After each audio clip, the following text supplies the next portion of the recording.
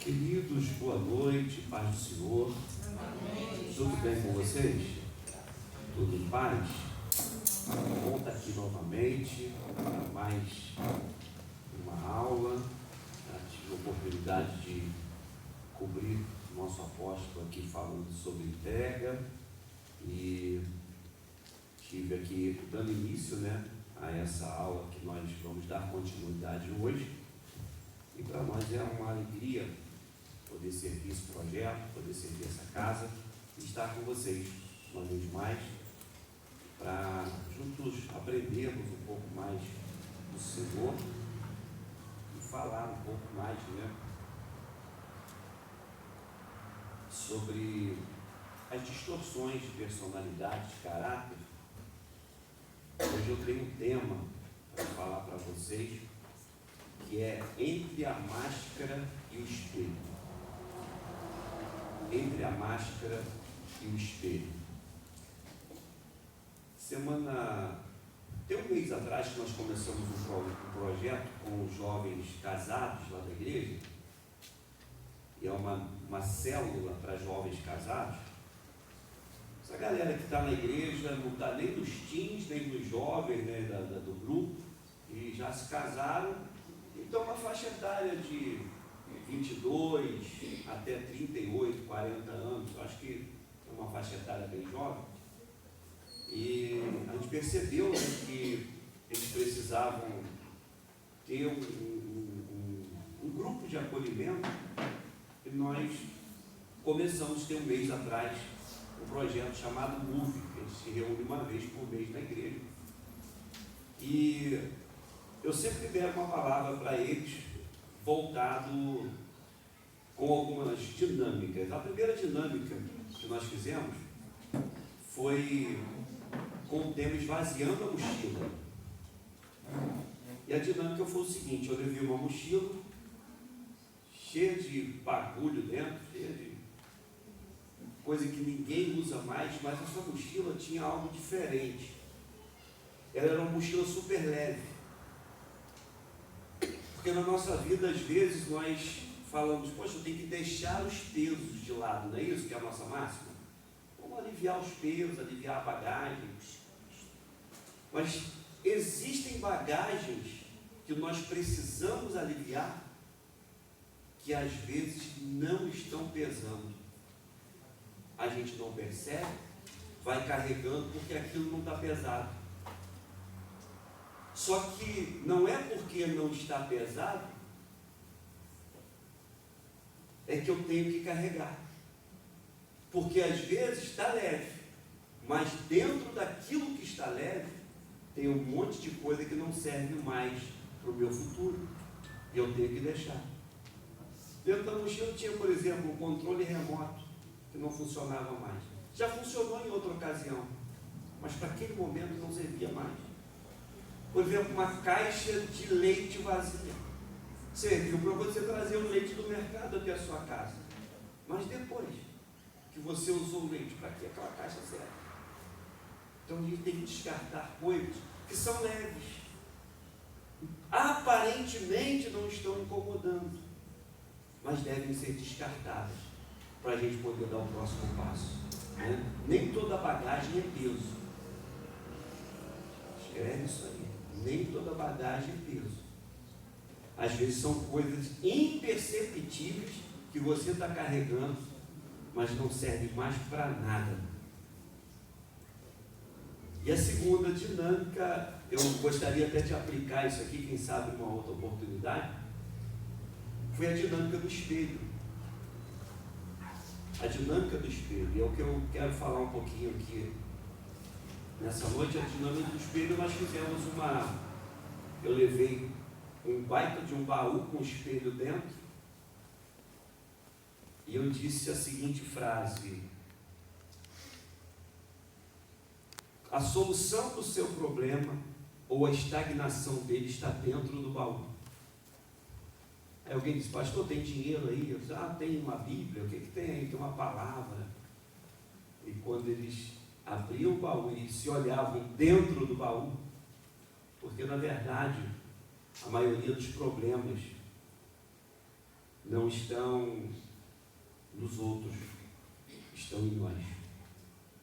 E a gente tem um monte de nóia na mente, achando que o problema é sempre do outro, sempre vem do outro, e às vezes somos nós que criamos esses fantasmas que nos assolam, que nos amedrontam. E muitas das vezes o problema não é o outro, é a gente. Por exemplo, você mandou uma mensagem no WhatsApp para alguém, e esse alguém não respondeu na hora que você queria. O que acontece? Ih, está de mal comigo, tem algum problema. O que aconteceu? Você já passou uma noia dessa na sua cabeça? Quem é que nunca passou isso, né? O cara demorou um pouquinho, não respondeu do jeito que você queria. Quer ver um negócio que mexe comigo, irmão? Nas mensagens via aplicativo, é aquele joinha. Você fala um monte de coisa e o cara te manda um joinha. Pensa no treco que me abate, irmão. Eu vou contar um segredo aqui. Mexe comigo, irmão. Oh, eu tenho que ser curado, isso aí. É o lugar da cura. O cara manda um joinha, tipo assim, não dá uma impressão que diz assim, cara, valeu. Você é todo educado, escreve um texto de 15 linhas, dá para fazer até um artigo para o TCC da faculdade. Aí o cara manda um joinha, destrói você. Aí entra a noia. Me descartou, me rejeitou. Aí quem não tem uma mentalidade madura, ele vai alimentar alguma coisa no coração, vai achar que foi rejeitado, e daqui a pouco ele cria um bloqueio com aquela pessoa. Né? Então a gente tem que entender algumas coisas nesse espelho da vida, né? E tem horas que o problema não é o outro, o problema não é a outra pessoa, o problema é a gente. E a gente tem que saber discernir quando o problema é alguém, quando o problema é a gente. Né? Então a gente vai ler um texto aqui com vocês. Eu gostaria que você abrisse sua Bíblia, por favor.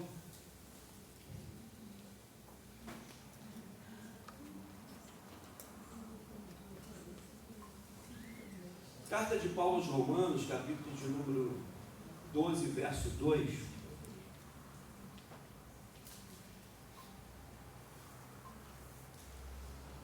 Carta de Paulo aos Romanos, capítulo de número 12, verso de número 2. 12, 2.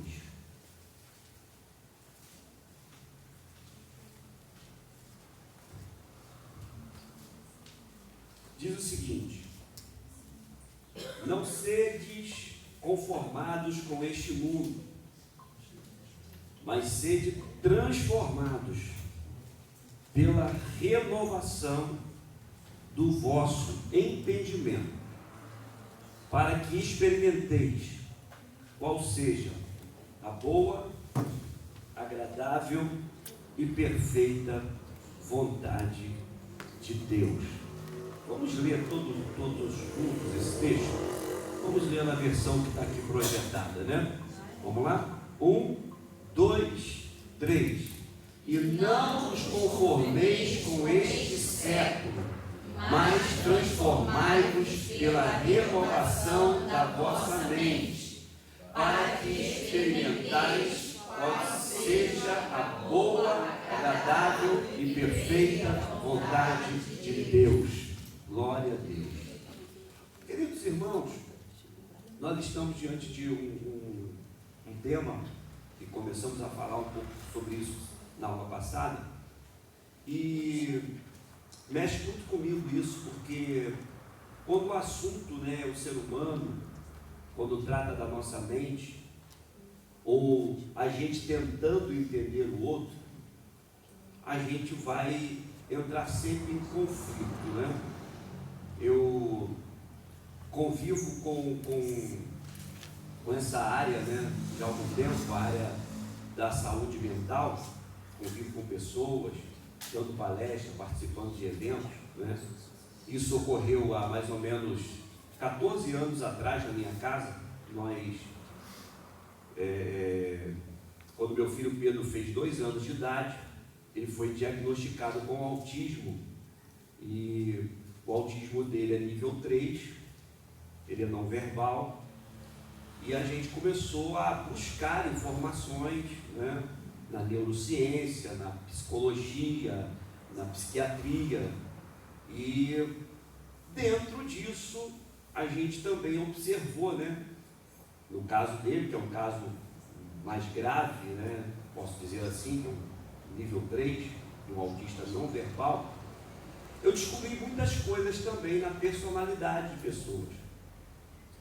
E quando eu digo que às vezes o problema não é o outro, às vezes somos nós temos que parar para pensar sobre questões genéticas, questões de ambientes, né, e questões de convívio.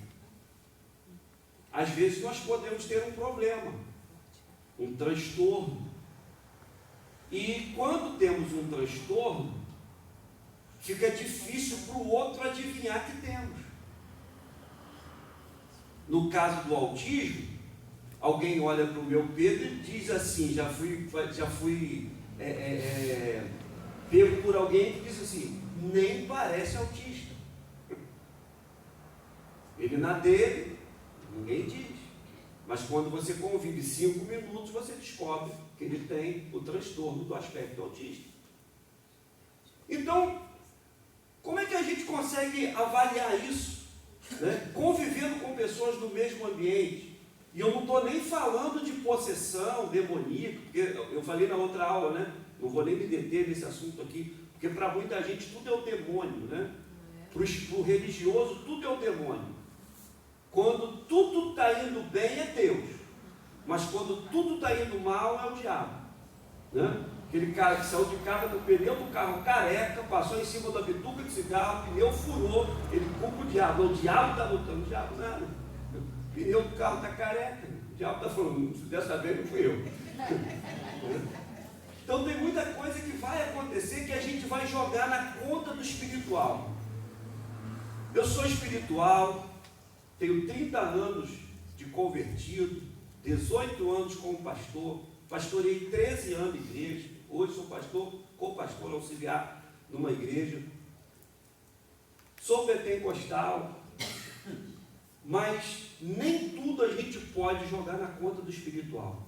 Existem coisas que são transtornos humanos, genética, convivência, criação. Eu falava com o pastor Giovanni ali na porta sobre cultura.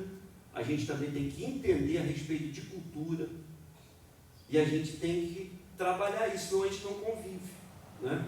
Então, dentro dessas questões, né, de desvio de caráter, de situações que vão distorcer a personalidade, a gente tem que entender algumas coisas. Então, eu quero falar para vocês aqui o que é personalidade, né, o conceito. É o conjunto de características psicológicas, padrões de pensamento, emoções e comportamentos que definem como cada indivíduo se relaciona consigo mesmo e com o mundo, né? Como é que você se relaciona consigo mesmo? Se eu sou um cara que não consigo me relacionar comigo mesmo, vai ser muito difícil eu me relacionar com outras pessoas. Se nem você se entende, você vai entender o outro. Primeiro a gente tem que se entender, tem que se definir, temos que buscar uma identidade, definir a nossa identidade, né? E é o que tem sido difícil nos últimos dias. Por quê? A identidade está cada vez mais corrompida, né, pela mídia. O que a mídia prega? Que hoje você pode se definir como qualquer coisa. Tem gente se definindo como um cachorro, outro se definindo como uma criança. O cara teve há 60 anos, agora comprou uma mamadeira e estimou que é um bebê de 2 meses, né? Então tem eu não sei se você já reparou, e eu tenho percebido isso, a maioria dos nossos jovens, os adolescentes, no perfil da rede social, que é um perfil que eu acho que é para você dar as caras ali, né? Para você mostrar como exemplo para outras pessoas o que é realmente uma vida digna, principalmente os cristãos. Aí o que os nossos jovens fazem? Eles tiram uma foto de perfil com o celular no rosto. Quem já viu isso aqui? De repente tem até alguém aqui, Deus está falando na terra. Se você esconde o rosto, por que esconder o rosto? Está escondendo parte da sua identidade quando você esconde o rosto. Então, a nossa identidade, aí entra uma questão espiritual, sim, está sendo roubada de uma forma sutil, mas satânica, para que a gente não se defina, para que a gente se corrompa na nossa identidade. Então, quando eu não consigo dominar a mim mesmo, conhecer a mim mesmo, saber quem eu sou de fato, vai ser uma complicação muito grande eu poder conviver com o outro. Eu não vou entender o outro nunca, porque nem eu mesmo me entendo. Então, quando eu defino, a personalidade, a gente vai começar a entender. E isso é o que torna cada pessoa única, previsível em suas ações. É uma espécie de assinatura comportamental. Personalidade é uma espécie de assinatura comportamental. O jeito que você se comporta, o jeito que você reage diante das situações da vida. E eu costumo dizer uma coisa aqui, fica um alerta para todos vocês e para a igreja. Não é por muito falar que você será ouvido. Eu costumo dizer que uma coisa que vai definir o ser humano nesse tempo é a postura que ele tem diante de situações. E o que tem de gente no nosso meio, com falta de uma postura definida para encarar desafios da vida, para encarar algumas coisas, não está no gibi, gente. Gente sem postura alguma. Aí quem não tem postura quer ganhar no grito, quer ganhar na força, quer se impor. Agora, quando temos postura, a própria postura impõe o respeito. A própria postura está dizendo aonde você quer chegar. Não estou falando aqui de formação acadêmica, não estou falando aqui de português polido, não estou falando aqui de nada muito especial, não. É a postura que a gente tem diante de situações. Cara, às vezes tem um currículo formidável, mas a postura dele é ridícula diante de situações. Cara, às vezes tem uma formação incrível, mas quando ele vai entregar o currículo em uma empresa, vai fazer algum negócio, a postura dele não é compatível ao currículo que tem. Muita gente que se diz cristão, mas a postura dele não é de cristão. Muita gente que frequenta culto, mas a sua postura nem no culto é uma postura de cristão. E nós precisamos ser tratados nisso. Nós precisamos nos posicionar. Aponte o dedo para alguém e diga para ela: nós precisamos nos posicionar. Postura. Postura diante da sociedade, diante das coisas, diante das pessoas. Isso a gente precisa manter sempre. Isso vai definir você em lugares. Isso vai definir você em lugares. Currículo maravilhoso. Aí quando ele vai entregar o currículo, vai conversar com alguém, o cara já chega lá arrastando o pé de cabeça baixa. Aí o cara que nem currículo tem, não tem informação nenhuma, chega de peito aberto, cabeça erguida, sorriso no rosto, a vaga é de quem? Aí tem gente reclamando da vida, por que não acontece? Sabe por que não acontece? Porque às vezes nada foi feito.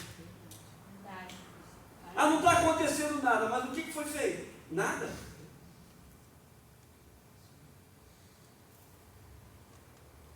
A gente vive num universo, num fantástico mundo de Bob, que às vezes a gente acha que as coisas vão ser em um passo de mágica para nós. Só que se a gente não se posicionar diante de algumas situações, nada vai mudar na nossa vida. Queremos o casamento perfeito, mas não queremos mudar para que esse casamento continue bom. queremos o filho perfeito, mas a gente não quer educar da maneira que deve ser educado. Queremos o ambiente perfeito, mas a gente não quer produzir esse ambiente. Queremos estar em lugares, em patamares elevados, mas a gente não quer cursar o caminho que nos leva até esse patamar elevado. Aí fica difícil, né? A gente precisa entender que existe um esforço e existe um posicionamento. E quando a gente trabalha isso, a gente vai entender também que lá do outro lado tem alguém tão difícil quanto a gente de lidar, que às vezes não está posicionado do jeito que a gente espera. Então, a definição é isso que eu passei para vocês aqui, né? A personalidade, ela torna cada uma pessoa única, né? E deixa eu só passar aqui, gente, o meu slide, para mim não me perder aqui na nossa aula.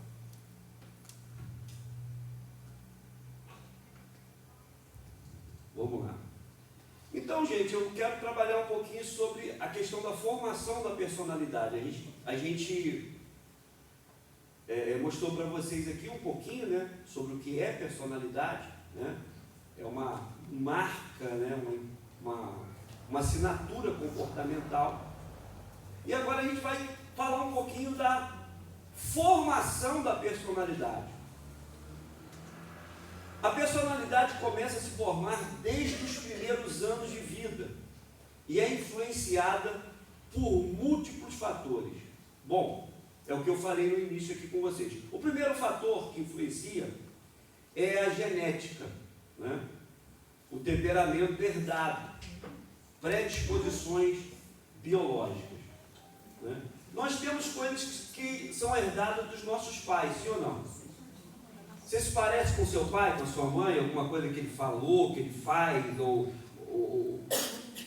você tem alguma coisa parecida, tipo uma linguagem que só falam lá na sua casa? Tem? Quem tem isso aqui? Uma linguagem que só lá dentro da sua casa tem uma palavrinha mágica ali que só vocês entendem. Não existe isso? Isso é uma formação de cultura do lar. Por exemplo, pessoas que não foram acolhidas, dificilmente eram acolhidas. Pai e mãe que não foi acolhida lá atrás, os nossos avós, os nossos bisavós, na maioria deles, né, eles não recorriam à vara da infância, eles tinham a vara em casa mesmo, a vara de martelo, né, e sapecava o povo. Não é isso? O povo tinha que sair correndo. A chapa esquentava facinho, não era isso? Aí eles reproduziram isso para quem? Para os nossos pais. Só que os nossos pais acordaram, a cultura mudou, houve algumas mudanças no percurso e eles não precisaram mais bater na gente, ou pelo menos com menos intensidade, não é isso? Agora é com cabo de vassoura mesmo, né? Era com a vara, porque o cabo de vassoura dói menos. A vara, ela corta mais, né? E o que está acontecendo aqui? Só que a cultura vai mudando. E agora, dificilmente aqui os pais mais novos vão dizer, não, eu bati no meu filho. Alguém vai dizer, não, foi só uma vez. Não é isso? Só foi uma vez. Então a gente está trabalhando uma formação. E a gente vai receber um pouco daquilo que eles receberam lá atrás. Quem não... Por exemplo, eu conheço pessoas que não conseguem receber a graça.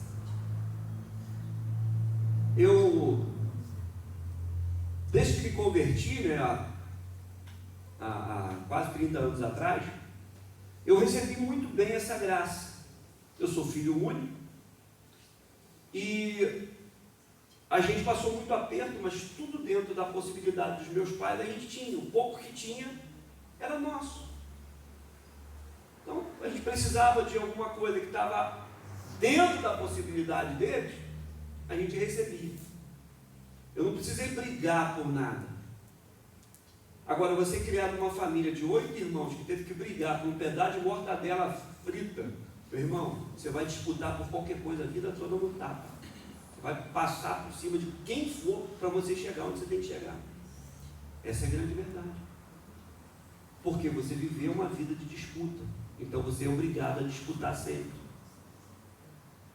Quem nunca foi, por exemplo, acolhido, vai ter dificuldade de acolher. Quem nunca foi amado, vai ter dificuldade de amar. Receber a graça. Eu convivo com pessoas que não conseguem receber a graça. Esses dias eu fui presentear um camarada. Todas as vezes que eu viajo, às vezes eu trago um presente para pessoas queridas. 2, 3 pessoas. Vou revezando, né, entre elas. A gente viaja bastante. Às vezes o amigo traz o queijo. Vai num lugar que vende artesanato, a gente traz um artesanato.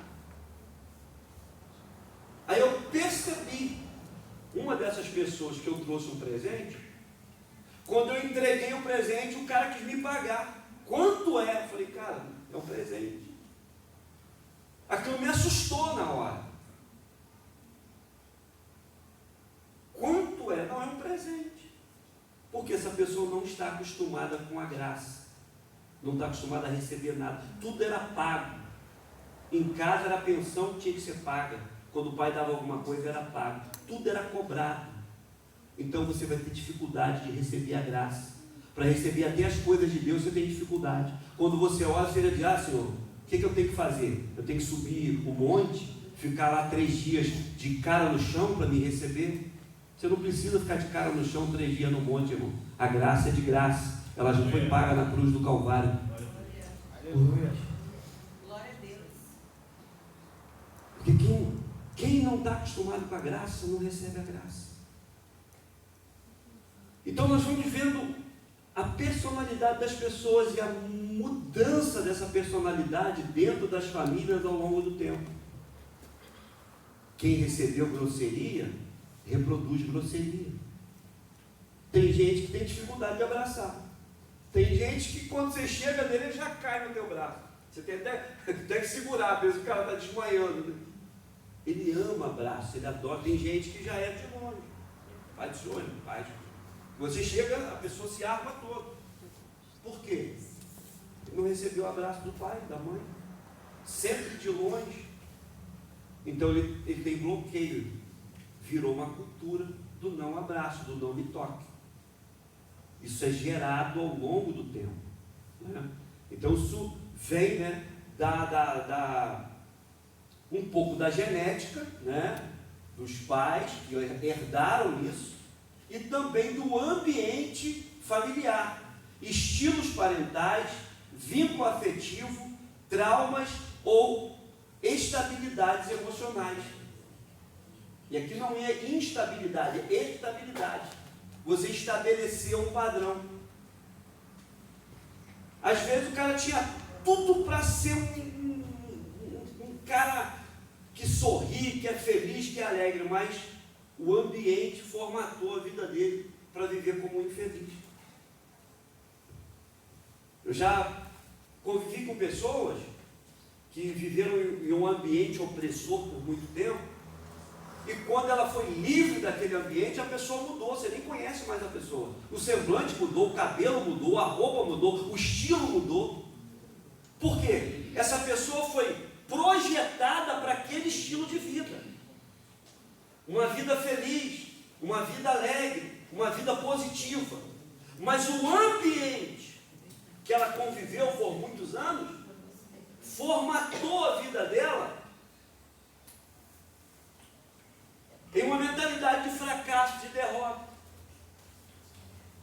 Tem gente que você fica perto dele meia hora, ele esfria, irmão. Porque ele de repente conviveu em ambientes tão torturadores da nossa personalidade, que ele é frio. O ambiente é de alegria. A gente encontra isso na igreja, e eu observo muito, a gente trabalha com isso, né? Você chega com uma pessoa, cara, ele é gelado. Até para esticar o braço ele tem dificuldade. Tudo bem? Está todo mundo dizendo, oh, é legal, pai, beleza. Quem sabe o ambiente que você viveu formatou você dessa forma. Mas aí dá tempo de sorrir, dá tempo de avançar, dá tempo de viver feliz, dá tempo, porque na oficina de cura a gente é curado dos traumas familiares, daquilo que foi lá do passado, que traumatizou, que nos fechou, que nos blindou. Dá tempo. Então não vai abraçar todo mundo, beijar todo mundo, nem sorrir para todo mundo, só isso que eu estou querendo dizer. Mas dá tempo da gente ser curado de alguns traumas que às vezes vão ser essenciais para a nossa vida futura, para coisas lá na frente, para portas que irão se abrir, que do temperamento que a gente tem, na personalidade que a gente tem, não abre. Não vai abrir. Só vai abrir com a abertura dessa personalidade fechada que a gente tem. Existe também, gente, cultura social. Cultura social, isso aqui é dramático, irmãos. A cultura social, né, ela vai destacar valores coletivos, normas e expectativas sociais. Você já se pegou falando ou vivendo o que alguém que trabalha com você ou alguém que anda com você faz? Tipo assim, você pegou uma mania, uma gíria de uma outra pessoa que você conviveu muito, né? Isso também às vezes, e tipo, pensa num negócio que tira às vezes, né, a postura de alguém. Você já viu? O cara é crente agora, está na igreja, aí ele traz um monte de gíria lá de fora para a igreja, já viu? Não condiz, não é compatível com a vida que ele tem agora. Você está entendendo? Existem coisas, aí eu volto lá na bagagem que eu falei para vocês. Está leve, mas é uma bagagem. Está leve, mas não serve mais. Está leve, mas tem que ser deixado de lado. Eu conheço gente que tem posições lá no topo das galáxias interplanetárias, mas ainda tem um restinho lá de trás que deveria mudar um pouco. Existem coisas que são culturais, que vão entranhando em nós e faz com que a gente não se permita mudar e viver coisas novas. E existe também as questões do neurodesenvolvimento, que é a formação do cérebro e o funcionamento cognitivo. Isso vai se desenvolver ao longo da vida. Durante a infância, o temperamento se manifesta, mais emocional, mais sociável ou mais inquieto. Na adolescência, surgem conflitos internos e busca de identidade. É aí que eu quero chegar, né? Você que é mãe, que é pai, você que tem seus adolescentes, eu falo que eu tenho 2, a gente tem que trabalhar muito isso, né? Porque é aqui que a identidade deles é formada, né? E a gente precisa ficar de olho, porque aí sim, né? Eu disse para vocês, nem tudo é o diabo, nem tudo é espiritual, mas o diabo quer roubar a identidade dos nossos filhos, né? Porque eles são filhos, né, do Deus Todo-Poderoso, e às vezes o diabo quer desconfigurar isso, né? Tirar a humanidade dos nossos filhos e transformá-los em qualquer coisa. Hoje eu vou me identificar como um cachorro, como uma girafa, como um passarinho, e vai por aí afora, né? Porque eles estão focados nessa mídia diabólica que tem colocado isso na mente. Isso é cultural, né? E a gente precisa vigiar muito nisso, ok?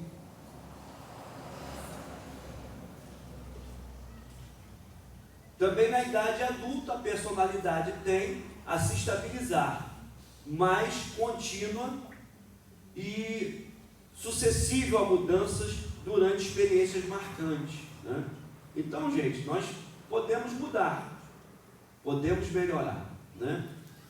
E existe uma curiosidade: a personalidade não é o que você nasce como pronto, ela é escrita e reescrita em cada capítulo da vida, né? Então a gente pode mudar, aponte o dedo para alguém e diga: nós podemos mudar. Nós podemos melhorar. Dá tempo de mudar. Glória a Deus. Aleluia. Então, gente, eu quero falar aqui sobre alguns tipos, de distorções. Primeiro, o narcisismo patológico, que é aquele camarada, ou aquele irmão, ou aquela irmã que tem autoestima inflada e que esconde insegurança. Isso tudo tem a ver com o ambiente de criação. Você já viu aquela pessoa que está sempre certo? Você convive com... Acho que todo mundo tem um amigo narcisista. Quem tem um amigo narcisista aqui? Ele tem um carro igual o teu, mesmo ano, mesma cor, mas o dele tem um botão que o teu não tem. Alguém botou aquele botão, foi exclusivo para ele. O teu faz 10 quilômetros, o dele faz 10 quilômetros e 10 metros. É sempre um pouquinho a mais, é sempre no imperativo, é sempre se autoafirmando, sempre dizendo, não, eu me formei, é sempre o ego inflado. Essas pessoas com certeza lá na infância não foram autoafirmadas, ou seja, não foram afirmadas ou validadas por alguém. E quando nós somos validados pelos nossos pais ou por alguém que transmite segurança a nós, tudo muda. Você lembra de Jesus? Mateus capítulo de número 3. Jesus foi batizado por João nas águas do Jordão. Aí está acontecendo algo incrível ali. Quando ele está chegando para ser batizado, João olha para Jesus e diz, Senhor, eu preciso ser batizado pelo Senhor e tu vens a mim? Aí Jesus diz, fica tranquilo, João, isso aqui é para cumprimento da justiça. E a Bíblia diz que logo tendo Jesus entrado na água, os céus se abriram, o Espírito do Senhor desceu em forma corpórea de uma pomba, e quem que valida Jesus? O próprio Deus. Diz assim, eis aí o meu Filho amado, em quem me comprazo, ou em quem eu tenho prazer. Aí você vai ver lá no capítulo 4, Jesus vencendo 40 dias de jejum, vencendo a tentação do deserto, tirando aquilo de letra, por quê? Porque ele foi validado por Deus, ele foi validado pelo Pai, e quem é validado pelo Pai, não precisa de validação dos outros. E o que tem de gente mimimi dentro da igreja, buscando validação das pessoas, não está no gibi, meu irmão. Não, se não me reconhecer, eu saio. Não, se não me der a oportunidade, eu não vou mais naquele culto.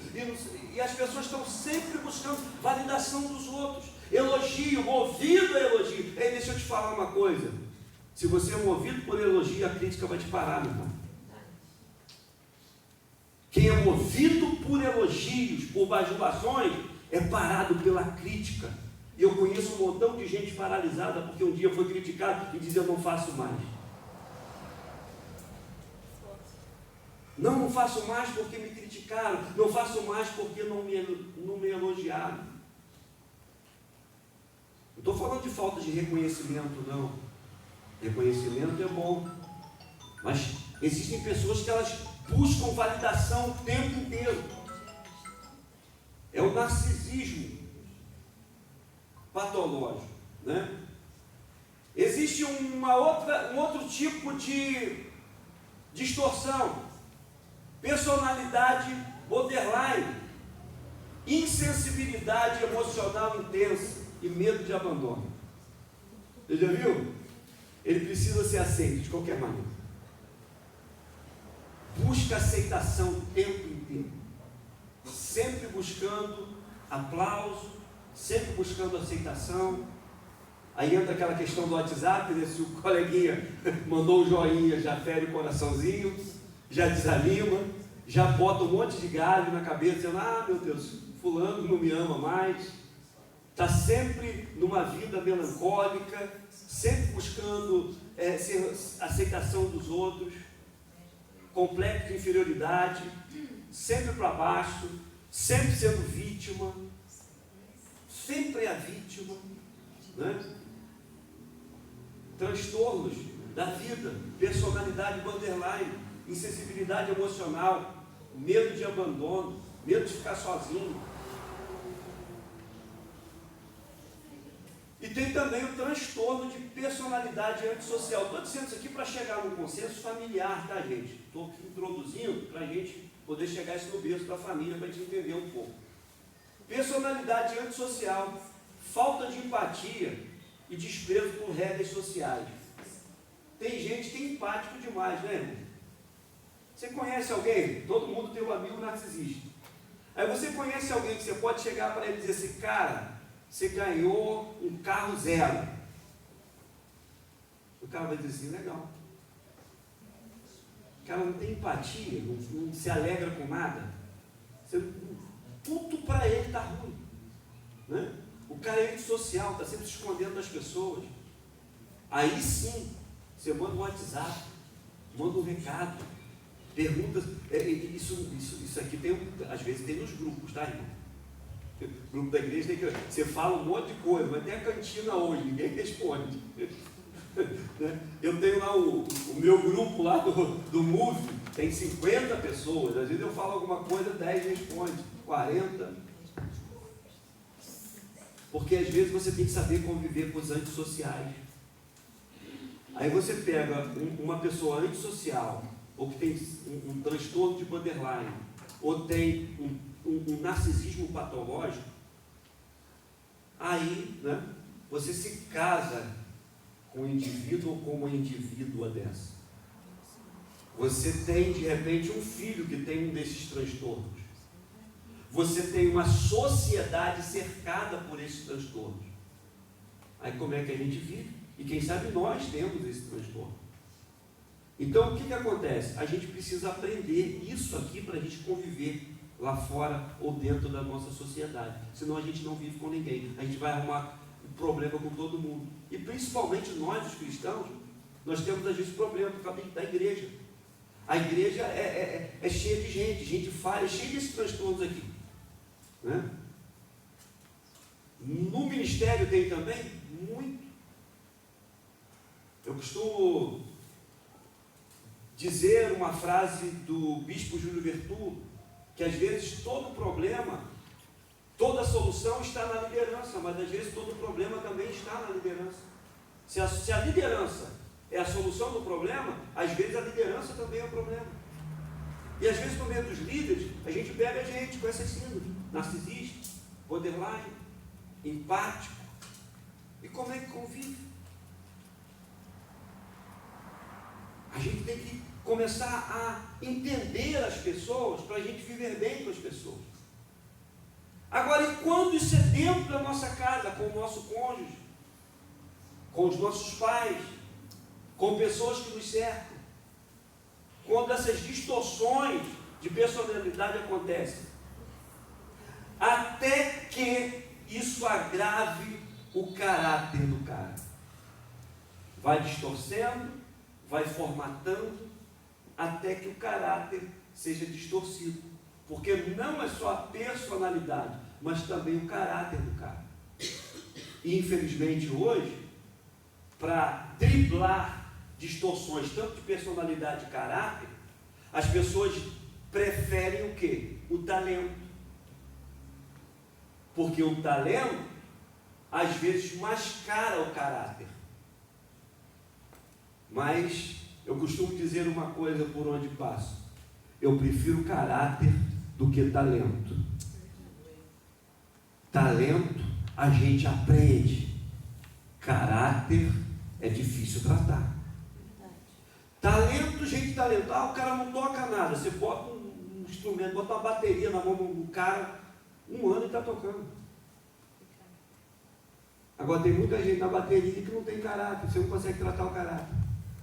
Ah, o cara não prega, você bota ele no seminário com 2 anos, faz com base em teologia e está dominando Bíblia, talento. Talento, fala bem, fala perfeito, boa oratória. Mas e o caráter? Então a gente tem que começar a entender essas coisas, né? Porque nem sempre é sobre talento, mas é sobre caráter. E um caráter distorcido é difícil ser tratado. Quantas famílias destruídas porque uma distorção de caráter se deu no meio desse berço familiar. Um filho que foi para as drogas, uma esposa que traiu, um esposo que traiu. Como é que você convive com isso? Como é que você volta? Como é que você remonta isso? Eu costumo dizer que desvio de caráter, desvio de personalidade não fere só o cara, mas fere os outros. Eu não estou falando só de adultério, só de uma palavra contrária, só de uma agressão verbal ou física, não. Eu estou dizendo que às vezes isso ofende com o tempo, vai ferindo aos poucos palavras, gestos, situações, indiferenças. Isso vai machucando as pessoas, isso vai ferindo as pessoas. E que nós sejamos, nesse tempo, não um ferro que fere, mas um instrumento que cura para a glória de Deus. Que a gente venha aprender a curar, que a gente venha aprender a sarar, porque tem muita gente ferida, e quem é ferido fere. Eu já convivi por muito tempo ferido, e quando eu estava muito ferido, eu feria as pessoas. Às vezes a gente é líder de alguma coisa, ou na igreja, ou na empresa, e quando a gente está ferido, a gente só sabe ferir. Tudo que a gente faz é tentar alfinetar o outro, ferir o outro, jogar uma piada para o outro. E quando eu trago isso para dentro de casa, ao invés de eu sentar e resolver, tentar entender o outro, a gente fica se alfinetando dentro de casa. Aí o casamento acaba, o filho vai embora, as coisas não acontecem do jeito que a gente gostaria de acontecer. Aí sim, aí o espiritual é envolvido nisso. E quem está lá batendo palma para isso tudo é Satanás dizendo: estou destruindo mais uma família, e se eu destruo a família, eu também consigo atingir a igreja. Porque o alvo de Satanás é atingir os filhos de Deus, é ferir Deus destruindo o caráter dos seus filhos, é destruir a igreja para que não haja comunhão, a comunhão que Cristo trouxe a nós, igreja, com seu sangue vertido na cruz do Calvário. E a gente vai vivendo nesse ambiente despercebido que existe esse problema social, existe esse problema no meio da nossa comunidade, no meio da nossa vida, né? Existe também isso aqui, irmãos, a gente que dá aula, está começando a aparecer, né? Que é o transtorno opositivo desafiador. Alguém já ouviu falar do TOD? Quem já ouviu falar disso aqui? Não é TOD de tomar o todinho, não. É TOD mesmo. Né? Transtorno opositivo desafiador.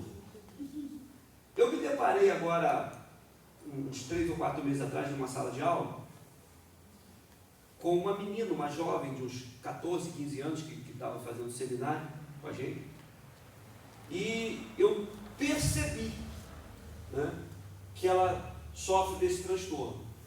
Esse transtorno não aceita regra e figura de autoridade. Pastor sofre com essa gente, pastor Giovanni. Não aceita figura de autoridade. Se eu chegar no culto, destrói a pessoa. Ela não aceita uma figura de autoridade. Professor em sala de aula, ela vai fazer de tudo para tentar ferir aquele que está na frente ministrando. E isso aconteceu em sala de aula, porque eu logo notei. Quando eu estava lecionando, ela passou a mão lá no iPhone dela e começou a fazer as pesquisas e me confrontar com perguntas que estavam fora do contexto da aula, para tentar me destabilizar. Ela tentou 3 vezes. E naquele dia a gente estava bem preparado para a aula, eu fui capaz de responder a pergunta, mas para cada pergunta ela abria um outro leque. Sabe aquela pessoa que para cada solução ele inventa um problema? É mais ou menos isso, para definir a pessoa. E ela não respeita pessoas de autoridade. Vai que a gente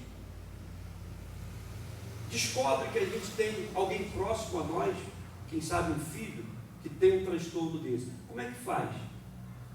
A gente tem que buscar tratamento, orando, buscando, entregando para o Senhor, mas também buscando ajuda clínica. Que aí eu falo mais uma vez, que a gente joga tudo na conta do espiritual, e nem tudo é para o espiritual. A gente tem que entender isso. Então, nós vamos nos deparar cada dia com situações muito difíceis de lidar. E a gente vai ter que trabalhar isso sempre, né? E aqui eu vou entrar já no final. E quero entrar aqui num contexto bíblico, né? Os irmãos. Nós vamos aqui ler o Salmo 39, verso 13 e 14, para a gente entender um pouquinho disso aqui, o que Deus tem para nós. Salmo 39, capítulo de número 13 e 14.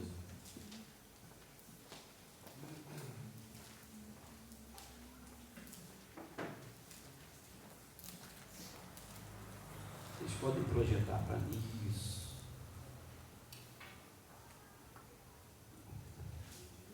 Salmo, desculpa, 139. Muito obrigado. 139, isso aí. Olha o que diz, que interessante. Pois tu formaste o meu interior. Tu me tecestes no seio da minha mãe. Graças te dou, visto que por modo assombrosamente maravilhoso me formaste.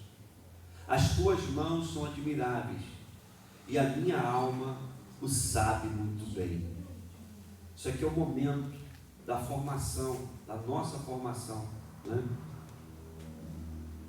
Milagrosamente, Deus nos formou para que a gente viva o melhor dele, coisas extraordinárias nele. Não foi para a gente sofrer com transtornos, com coisas que virão sim, mas que a gente pode ser liberto disso, a gente pode ser curado disso, a gente pode ser instrumento de cura para as outras pessoas, porque Deus nos formou únicos, Deus nos fez únicos para a honra e glória do seu nome. Glória a Deus. A gente sabe que existem diversidades de temperamentos. Por exemplo, Pedro era impulsivo, Paulo era racional e firme, Davi era emocional e apaixonado. Mostram que Deus usa diferentes personalidades para cumprir os seus propósitos. Aponte o dedo para alguém e diga: o seu problema não é empecilho para Deus te usar, não impede Deus fazer o que Ele tem para fazer. Eu não sei o que você sofreu na sua infância, na sua adolescência, na sua vida adulta, na sua família, mas eu quero liberar uma palavra do Senhor nessa noite, uma palavra de cura para a sua vida. Tudo que a gente viveu não é impedimento para Deus fazer aquilo que Ele tem para fazer em nós. Não, Senhor. Eu não sei o que você viveu, mas nada do que aconteceu vai impedir Deus de agir na sua vida. Porque Deus pega as coisas loucas desse mundo para usar. Então não fica para baixo. Ah não, meu temperamento é... Deus pode fazer coisas extraordinárias através de você. Pastor, vai mudar? Nem sempre vai mudar. Mas aí nós temos que ir para Gálatas, capítulo 5, a partir do verso 23. Fruto do Espírito. E uma dos gomos do fruto do Espírito, que mais mexe comigo, depois do amor, é claro, é temperança. Repita comigo: temperança. Sabe o que é temperança? Temperança é o mesmo que é o equilíbrio das coisas. Por exemplo, você já foi numa churrascaria, comeu um rodízio e disse assim para o churrasqueiro: poxa, esse sal aí, qual a marca dele? Alguém já foi? Qual a marca do sal que você usou na carne? Alguém já perguntou? A gente só vai dizer assim, poxa, a carne é show de bola, que picanha saborosa, que cupim, que... Oh, tá dando até fome, irmão. Que medalhão. Por que aquilo está saboroso? Porque está temperado na medida certa. E a gente não está preocupado com qual é a marca do sal, a gente está preocupado. Agora, se faltar sal, garçom, por favor, pede para o churrasqueiro lá colocar um pouco mais de sal. Se tiver sal demais, você não consegue comer, aí vai tomar mais de umas 10 latinhas de refrigerante, a tua conta vai vir lá em cima, né? Então, quando está temperada, está tudo ok, sim ou não? Você come em paz. Quando tem equilíbrio, tranquilo. Quando a pessoa não é altiva, mas também não é aquela pessoa de cabeça baixa, ao ouvido, ao céu.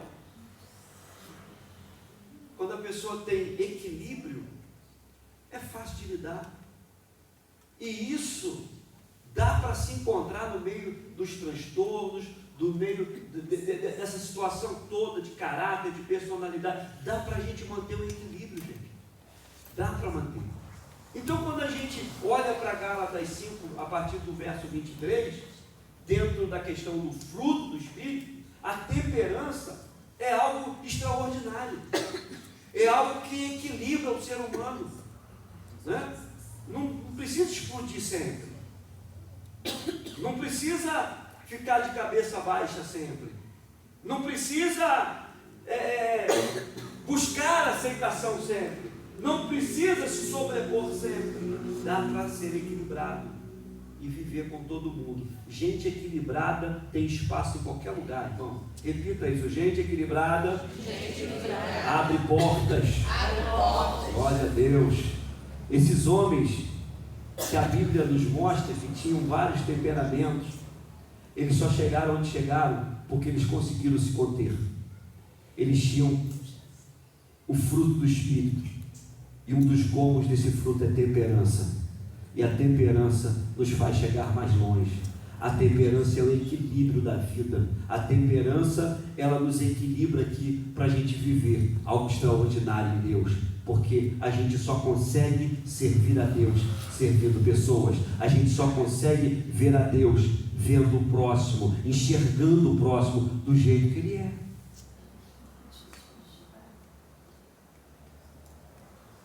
E quando a gente para perceber isso, a gente vê que a gente está no caminho.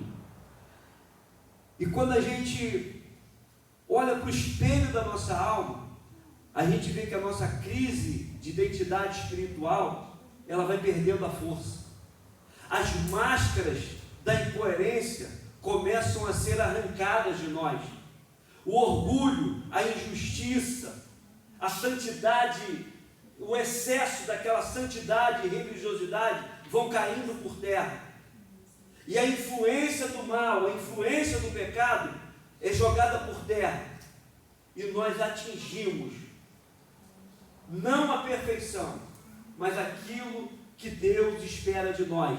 Nós conseguimos atingir o coração do Senhor com equilíbrio, com graça. E o nosso caráter vai ser mantido ilibado para a glória de Deus. A nossa família vai ser preservada e nós sairemos triunfantes para a glória do Senhor. As pessoas vão nos reconhecer como referência na sociedade, porque há um equilíbrio, há uma transparência, há uma postura, há algo diferente na sua vida. E o Espírito Santo, ele faz isso tudo em nós. E nós vamos, em nome de Jesus, sempre aprender a lidar com isso, né? Como eu li aqui no início, a renovação da mente. Romanos 12:2. Ensina a não se conformar com este mundo, mas ser transformado pela renovação do nosso entendimento. Glória seja dada ao nome do Senhor. E quando eu falo de renovação, e aqui eu termino, quando eu falo de renovação, de transformação, Eu não sei se eu falei isso aqui na última aula, mas a gente, como ser humano, a gente está sempre conectado em duas coisas, né? Em mudança e melhora, sim ou não? Você já foi no culto que o cara diz assim: Deus vai mudar a sua vida. Deus vai mudar a sua vida. E a gente recebe aquele negócio, fica todo feliz. E a gente às vezes tem a mania de dizer para os outros: vai melhorar, sim ou não? Quem já falou isso para alguém essa semana? Vai melhorar. É uma expectativa, né? Fazer com que o outro tenha um pouco mais de esperança. Vai melhorar. Deixa eu te falar uma coisa: em Deus não tem nem mudança, nem esse negócio de vai melhorar. Com Deus é Romanos 12:2. É transformação. Deixa eu te explicar por quê. Você já viu um cara que melhorou lá no hospital? Você estava orando por alguém, ó, fulano melhorou. Aí 3 dias depois, alguém morreu. Ué, não tinha melhorado? Porque quem melhora pode piorar. Quem muda pode voltar para o estado de antes, certo? Eu já mudei de casa, depois voltei para a mesma casa. Mudei e desmudei. Tem gente que já mudou de corpo e voltou para o mesmo corpo que tinha. Então toda mudança ela pode ser mexida, você pode mexer nela. Toda melhora ela pode vir a ser pior. Agora, transformação é diferente. Você já viu o processo da borboleta? A borboleta, antes de ser borboleta, ela é uma lagarta. Ela nasce lá no chão, na terra. Ela se arrasta, né? Aquele casulo, agarra em uma árvore e fica ali por meses, até o casulo se romper. Antes de ser borboleta, um bicho estranho, cheio de pernas, cheio de baba, quem já viu sabe, se arrastando. Mas quando o casulo se rompe, aquele bicho estranho, cheio de baba, que provoca medo, se transforma em uma linda borboleta. E nunca mais ela volta para o casulo. Nunca mais ela rasteja. Nunca mais ele é um bicho cheio de baba. É um bicho lindo, voando e exalando beleza por onde passa. Isso é transformação. Isso não é mudança nem melhora. Só que a gente se conforma com mudança e melhora. Mas Paulo está dizendo aqui: transforma a sua mente. Muda, porque mudando nós vamos atingir não a perfeição, mas vamos chegar no centro da vontade de Deus, encontrar coisas que nos transformam, que nos ajuda a ver o outro como nós temos que ver de fato. Eu gostaria de orar por você nessa noite. Eu gostaria que você ficasse de pé comigo e nós vamos colocar a mão no nosso coração. Eu quero que você coloque a sua mão no seu coração e na sua cabeça, aqui na parte frontal. Eu gostaria que você fechasse os seus olhos, se fosse possível, bota um fundo lá para a gente. Eu gostaria que você começasse nesse momento com a mão no coração e com a mão na sua fronte. Eu gostaria que você esquecesse um pouco dos seus problemas. Eu sei que é difícil. Se desligar lá de fora, se desligar de tudo que ficou na sua casa. Eu sei que amanhã é um final de semana, tenho certeza que vocês já estão programados para fazer um monte de coisas. Uns vão trabalhar, outros vão sair, outros vão visitar parentes. Mas eu gostaria que você nesse momento começasse a se desconectar daquilo que te prende nessa terra. Hoje nós vamos deixar o nosso casulo. Nós vamos deixar o estado de melhora. Nós vamos deixar o estado de mudança para entrar no estado de transformação da nossa mente. Eu quero liberar já de início uma palavra sobre a sua vida. A partir dessa oficina de cura, a tua mente nunca mais será a mesma.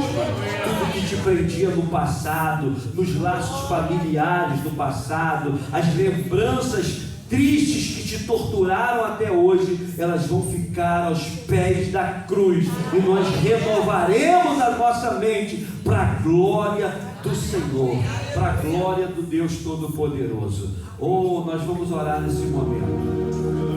Isso, deixa esse fundo. Nós vamos orar nesse momento. Traga cativa a sua mente só aquilo que pode te dar esperança. O que ficou para trás, as decepções, as traições, as frustrações, repente agiram mal com você, te feriram o teu coração, feriram a tua alma, magoaram você, pisaram em você, te deixaram para trás.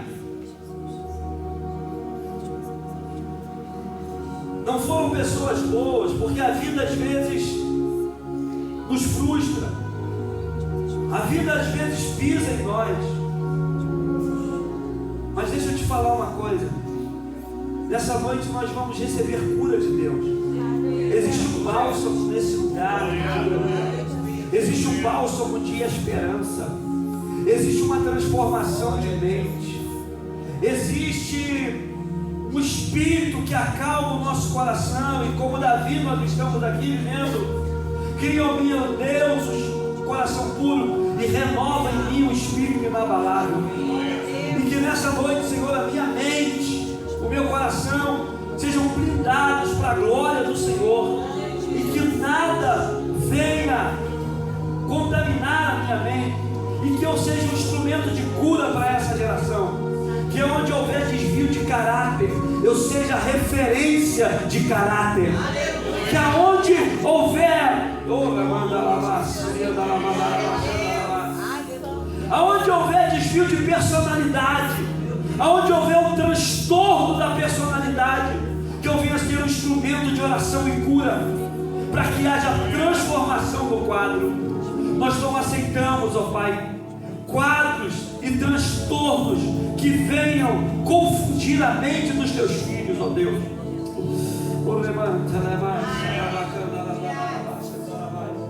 E que essa noite, nessa casa, o bálsamo da cura começa em nós, no nosso coração, na nossa mente. Que todo o trauma do passado, das traições, daquilo que ficou para trás, sejam encaixotadas hoje. Seja encaixotada hoje, para a glória do Senhor. Hoje é minha última participação na oficina de cura. Eu quero que vocês olhem para mim aqui.